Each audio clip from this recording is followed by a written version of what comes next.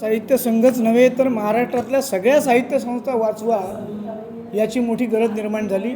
त्याच्यात आज विदर्भ साहित्य संघाचा समावेश झाला याच्याकरता की ही निवडणूक जाहीर झाल्यावरती या निवडणुकीमध्ये या संस्थेचे प्रमुख म्हणून अशा काही लोकांना उभं करण्यात येत आहे आणि त्यांच्यामागे अशा काही शक्ती आहेत की ज्यांचा विदर्भ साहित्य संघाच्या जागेवर मालमत्तेवर डोळा आहे आणि ते त्यांचा जाहीरनामा वाङ्मयीन नाही आहे, सांस्कृतिक नाही आहे, संस्थेच्या उद्दिष्टांना धरून नाही आहे।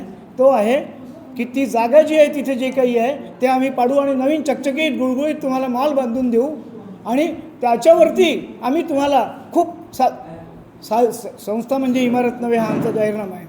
विदर्भ साहित्य संघाला जी प्रतिष्ठा प्राप्त झालेली होती ती विदर्भ साहित्य संघाजवळ इमारत नव्हती तेव्हाही प्राप्त झाली होती। आज आम्ही जे उभे आहोत ते अवाङ्मयीन असाहित्यिक वाङ्मयीन दिशा देण्याची संस्थेला आणि समाजाला मराठी भाषा साहित्य संस्थेत ज्याचं योगदान नसेल असा कोणीही अध्यक्षपदी सदस्यांना मान्य नाही, म्हणून लोकांनी मला पुढे केलं आणि हे 22 लोक त्या दृष्टीने निवडून आम्ही विदर्भ साहित्य संघ वाचवा।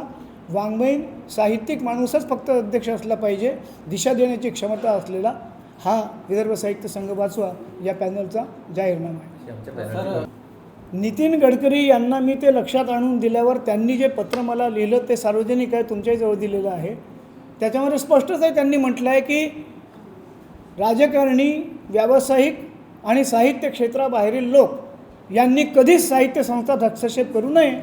आता हे ज्यांच्या संदर्भात म्हटलं आहे त्यांनी ते पाळावं एवढीच आमची अपेक्षा आहे। 5 वर्ष विदर्भ साहित्य संघापासून दूर आहे, कार्यकारिणी ती नाही आहे।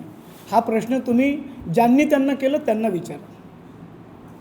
हे बरोबर आहे केला नाही, त्याच्याही आधी विरोध केला आहे। त्यांचा जो माझे मेसेजेस आहेत ते विचारा की विदर्भ साहित्य संघाचा अध्यक्ष होण्याच्या तुमच्यापैकी कोण कोण कसं लायकीचं नाही, हे मेसेजेस आहेत सरचिटणीस मानेकर यांच्याजवळ, दातेंजवळ, विकास लिमाईजवळ, कोषाध्यक्षांजवळ। त्यांना विचारा की त्या मेसेजेसवर तुम्ही पुढे काय संवाद साधला।